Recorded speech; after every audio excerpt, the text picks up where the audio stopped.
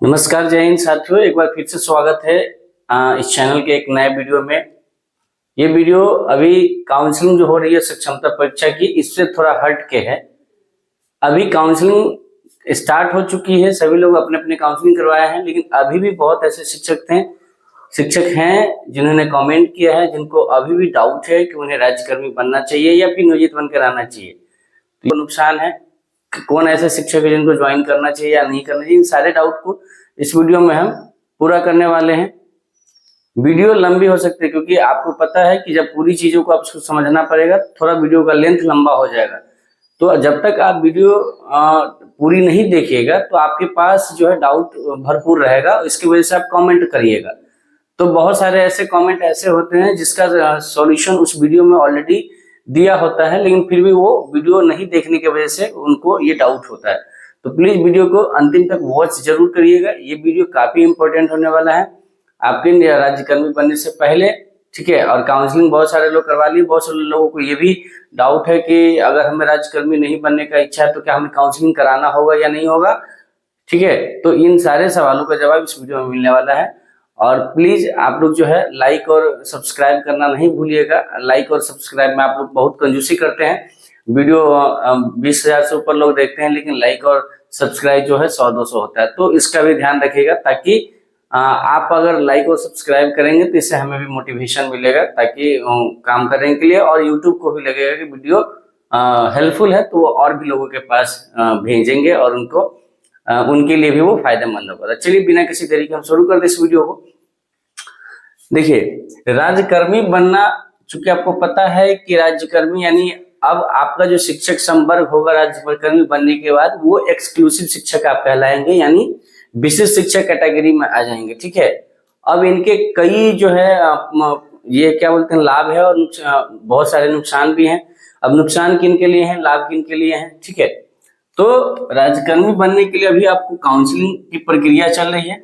और काउंसलिंग, सबसे पहला सवाल का जवाब कि काउंसलिंग हम कराएं या नहीं कराएं अगर हमें राज्यकर्मी नहीं बनना। देखिए, आप राज्यकर्मी बनना चाहें तो या ना चाहें तो, अगर आप सक्षमता पास हैं तो आपको काउंसलिंग करवाना पड़ेगा। काउंसलिंग करवाने का मतलब, अभी आप काउंसलिंग कम वेरिफिकेशन कहिए, यानी अभी जो है डॉक्यूमेंट वेरिफिकेशन बस हो रहा है। तो डॉक्यूमेंट वेरिफिकेशन अगर आपको राज्यकर्मी बनना है फिर भी, तो अभी फिलहाल सक्षमता पास वालों का हो रहा है। तो अगर पास है तो आपको काउंसलिंग तो करवाना ही पड़ेगा, उससे आपका डॉक्यूमेंट वेरिफिकेशन पता चल जाएगा, क्लियर हो जाएगा। तो आपकी सत्यता की पहचान हो जाएगी कि आप जो है ओरिजिनल शिक्षक हैं, यानी वेरीफाई शिक्षक है, ठीक है। और बहुत सारे ऐसे भी शिक्षक भी सक्षमता 2.0 में बैठने वाले हैं, वो भी पास करेंगे तो उनको भी काउंसलिंग कराना होगा। बाकी जो भी ऐसे शिक्षक जिनका 1 साल 2 साल 4 साल 5 साल जॉब बचा है और वो सोच रहे हैं कि अगर हम एग्जाम नहीं देंगे तो नियोजित बन के अपने यहाँ रहेंगे, तो ऐसा सरकार ने कहा कि आप नियोजित बन के रह सकते हैं, लेकिन ये नहीं कहा है कि आपको अपने जगह पर रहना है। ये आप भ्रम मत पालिए। आप पेपर में देख रहे होंगे आए दिन, उसमें लिखा जा रहा है कि पहले सक्षमता वालों का जो है काउंसलिंग करके उनका स्कूल अलॉटमेंट हो जाता है, उसके बाद जो बाकी नियोजित शिक्षक बच्चे हैं उनका भी स्थानांतरण होगा, उनका भी डॉक्यूमेंट वेरिफिकेशन फिर से होगा। तो ये भ्रम मत पाले कि अगर आप राज्यकर्मी नहीं बनेंगे तो आपको काउंसलिंग नहीं करवाना होगा। आप काउंसलिंग करवाइए। काउंसलिंग का मतलब है कि काउंसलिंग के साथ साथ आपका डॉक्यूमेंट का वेरिफिकेशन हो रहा है, तो आप डॉक्यूमेंट वेरिफिकेशन करवाइए। उसके बाद जब आपका स्कूल अलॉट होगा, और अभी जो भी हम आपका प्रॉफिट और लॉस बताने वाले, उसके बाद आप समीकरण करके एनालिसिस करके आप खुद डिसाइड कर लीजिएगा कि हमें बनना चाहिए या नहीं बनना चाहिए।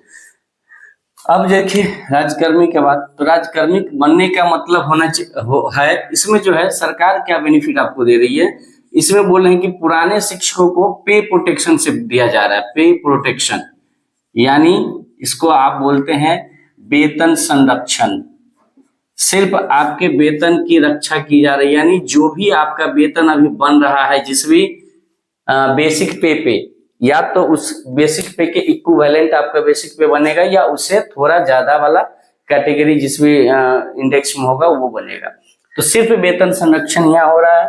यहाँ पे आपको जो है सर्विस कंटिन्यूटी का लाभ नहीं मिल रहा है। सर्विस कंटिन्यूटी यानी ये सेवा निरंतरता का लाभ नहीं मिल रहा। अगर सेवा निरंतरता का लाभ होता तो फिर पुराने शिक्षकों के लिए बल्ले बल्ले था, ठीक है। तो पुराने शिक्षकों को सिर्फ और सिर्फ पे प्रोटेक्शन का लाभ दिया जा रहा है, सर्विस कंटिन्यूटी का लाभ नहीं दिया जा रहा। दूसरी बात कि इनका जो है ट्रांसफर किसी दूसरे स्कूल में होगा, वो तो आप अगर ट्रांसफर होगा दूसरे स्कूल में, ठीक है, तो अगर आप राज्यकर्मी नहीं बनते हैं फिर भी नियोजित बन के भी रहना चाहते हैं तो वो भी ट्रांसफर तो होना ही है। तो वैसे शिक्षकों के लिए काफी प्रॉब्लम है जो 10 साल 15 साल 20 साल से जॉब कर रहे हैं और उनको ट्रांसफर की दी जा रही है वो दूसरे जिला में या फिर दूसरे जगह, तो वहां उनको प्रॉब्लम हो सकता है। या सबसे ज्यादा प्रॉब्लम उनको हो रहा है जिनको या 2 साल 3 साल या 4 साल 5 साल जो जिनका जॉब बचा हुआ है, तो उनको भी ट्रांसफर करवाया जा रहा है। जैसे कि अभी सक्षमता परीक्षा में कुछ ऐसे भी शिक्षक हैं जिनका लास्ट ईयर चल रहा है, यानी 1 साल बाकी है, और उनको भी काउंसलिंग करके दूसरे स्कूल में भेजा जाएगा। तो ये सब चीजें हैं जो पुराने शिक्षकों के साथ ये मतलब सही नहीं होगा। ये आप देख रहे हैं कि अब ये इसका नुकसान है। अब इसका फायदा क्या है साहब?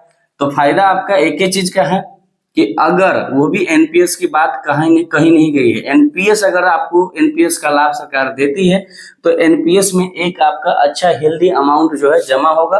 दूसरी बात कि आपका पे प्रोटेक्शन का सिर्फ लाभ मिलेगा। आपने अभी तक 15 और 20 साल जितना भी जॉब दिया है उसका कोई वैल्यू नहीं रह जाएगा, उसकी कोई वरीयता लिस्ट नहीं बनाई जाएगी।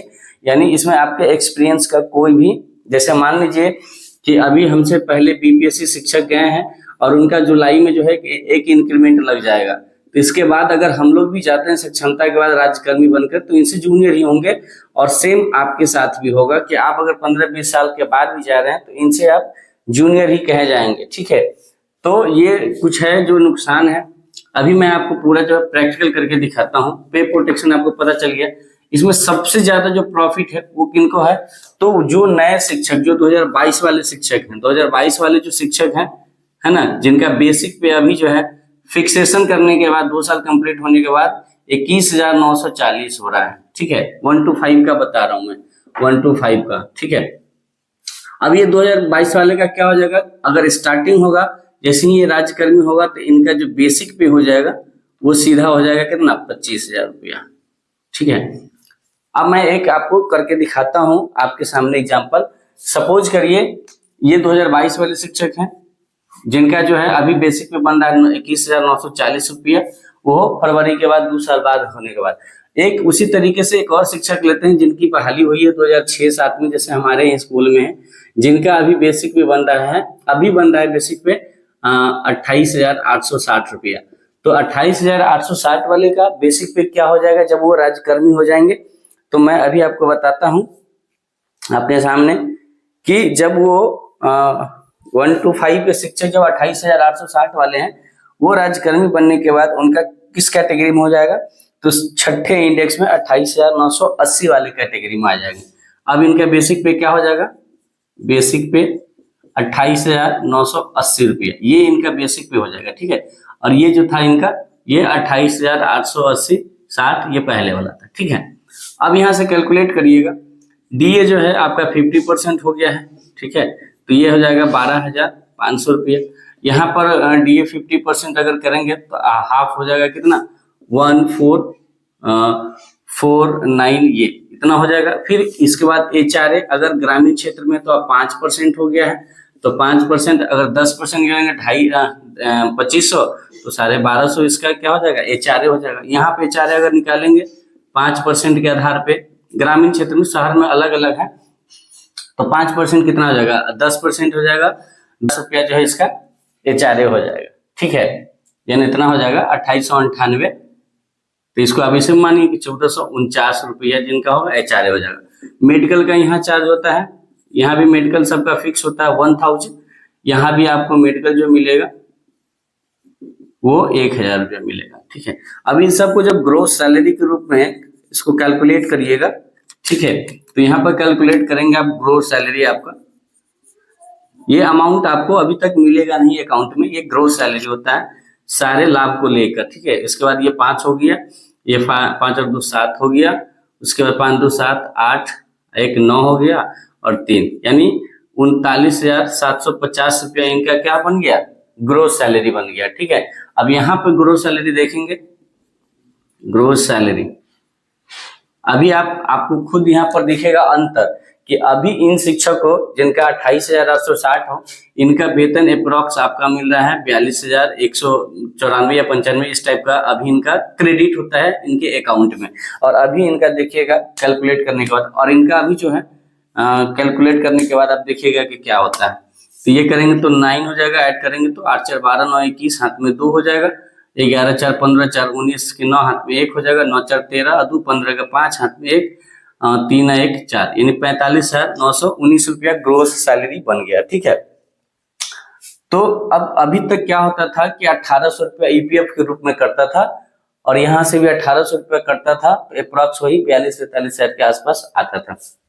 अब क्या हो जाएगा, एनपीएस में क्या कहा जा रहा है कि आपका 10% का डिडक्शन होगा, वो भी किसका, तो आपके बेसिक पे और डीए इन दोनों को अगर ऐड करेंगे तो ये आ जाएगा 37,500 रुपया, और इसका 10% यानी 3750 रुपया जो है आपका डिडक्ट होगा। ठीक है, यहाँ पर जब 10% निकालेंगे इसका, इन दोनों को अगर ऐड करेंगे तो ये हो जाएगा 0 9 और 17 9 4 13 1 14, अच्छा 12 1 13 और 2 3 1 4, यानी 43,470 रुपया बेसिक पे और डीए मिला के है। तो इसका 10% निकालेंगे तो 43,47, यानी 4,347 रुपया इसमें से क्या हो जाएगा, एनपीएस में डिडक्ट हो जाएगा। ठीक है, नेशनल पेंशन स्कीम में। ठीक है, तो इस तरीके के अगर आप इसको अब ये घटा के देंगे तो 9 में से 7 गया तो बचा 2, इसके बाद बचा इसमें 11 में से 4 गया तो 7, 8 में से 3 गया 5, 4 में से 4 0, और ये यहाँ अगर आप देखेंगे तो जो अमाउंट आपको पहले मिल रहा था 42,194 रुपया, वो आपका इन हैंड मिलेगा 40,572 रुपया। अब यहाँ देखिए आप कंफ्यूज मत होइएगा, इसको भी हम पूरा डिटेल समझा रहे हैं अभी कि ये कैसे हो गया। जहां आपको 42,000 रुपया भी मिल रहा था आपके अकाउंट में, जैसे ही आप राज्यकर्मी बनेंगे और 28,860 वाले जिनका भी बेसिक पे है, उनका पेमेंट आ जाएगा 40,572 रुपया। ठीक है, 40,572 रुपया आ जाएगा, यानी यहाँ से सीधा सीधा ही आपको जो है अप्रॉक्स 2,000 का लॉस दिख रहा है। तो ये लॉस कैसे हो गया, चूंकि आप राज्यकर्मी बन रहे हैं, आपका प्रोन्नति हो रहा है, तो आपको तो और वेतन का इंक्रीमेंट मिलना चाहिए। तो यही जो पुराने शिक्षकों के लिए है थोड़ा ये मतलब गलत दिख जा रहा है। अगर आपको सेवानिवृत्तता का लाभ दिया जाता, तो अगर आपका ये इंडेक्स मान लीजिए कि आपका 28,860 वाला इंडेक्स अगर 7वां नंबर में मान लीजिए कि 12वां इंडेक्स है, तो अगर आपको सेवानिवृत्तता का लाभ मिलता तो 12वें इंडेक्स पे जो बेसिक पे 34,660 रुपया था, इसके अकॉर्डिंग आपका वेतन मिलता। कोई अगर 20 साल जॉब कर रहा है और उनका जिसे अभी 1 to 5 में 34,000 क्या बोलते हैं 30,420 है, जिनका अभी 30,420 पे जिनका मिल रहा है, और इनका अगर मान लीजिए कि ये इंडेक्स जो है, अभी मैं बताता हूँ 30,420 इंडेक्स किसका है। तो अगर 30,420 देखिएगा तो इंडेक्स आपको मिलेगा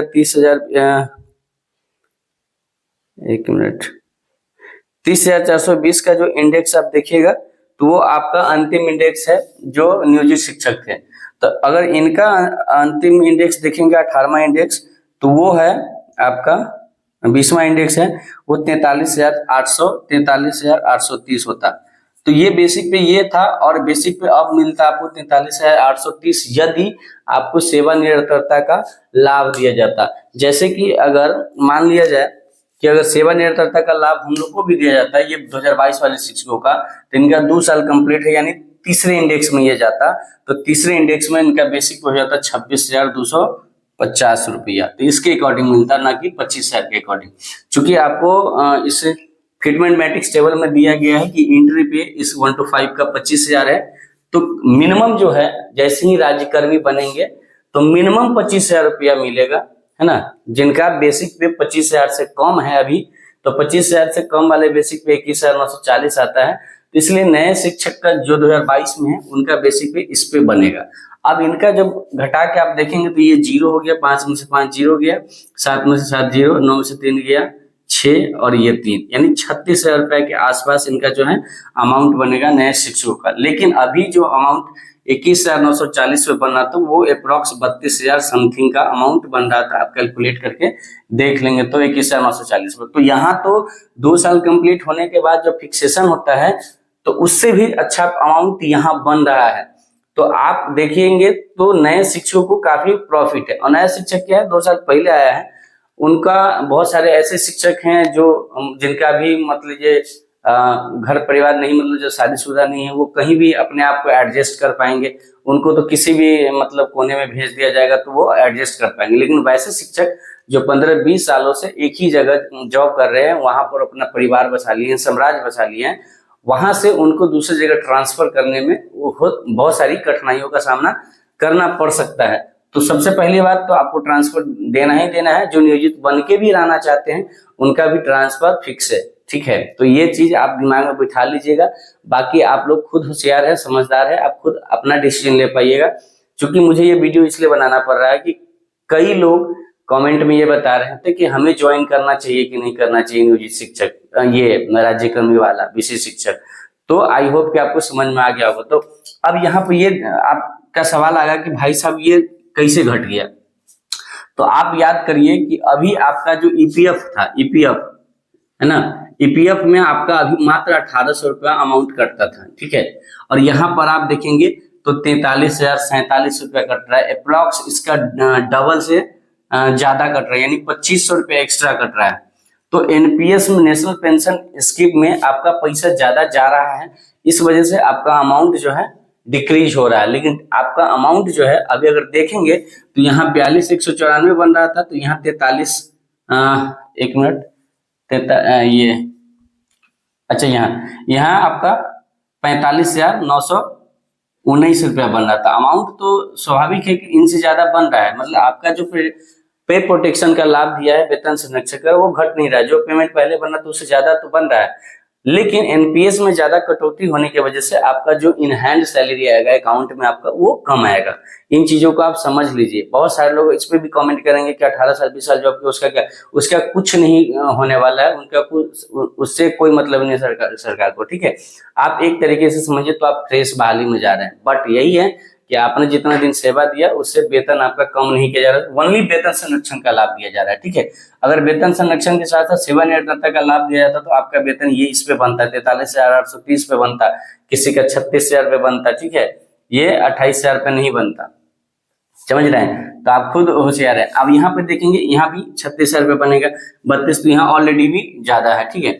एनपीएस में ज्यादा अमाउंट जमा होगा। उसके बाद अगर एनपीएस का लाभ देगा, जैसा कि इसमें जिक्र नहीं किया, तो एनपीएस 10% तो आपसे कटेगा और प्लस में 14% सरकार इसमें ऐड करेगी, यानी कुल जो है बेसिक पे और डीए का 24% जो है आपका एनपीएस में जमा होगा, जो कि एक हेल्दी अमाउंट होगा। अगर आप 14% इसका निकालने जाएंगे तो ये देखिएगा तो ये 3750 के क्या है, 3750 आपका है 10%, तो फिर 10% निकाल लीजिए 3750 और 375 उसके बाद 1% का मान कितना हो जाएगा 37, तो फिर 4% का मान नहीं, ये तो 10% है ना, तो इसका निकाल दीजिए 1% 397 रुपये हो जाएगा, तो 4% और जो है इसमें ऐड कर दीजिए। इसका 3750 का आप 4% कर दीजिए, 4 से कटेगा 25, 12 में 25 से काटेंगे, 25 से कम 25, 12,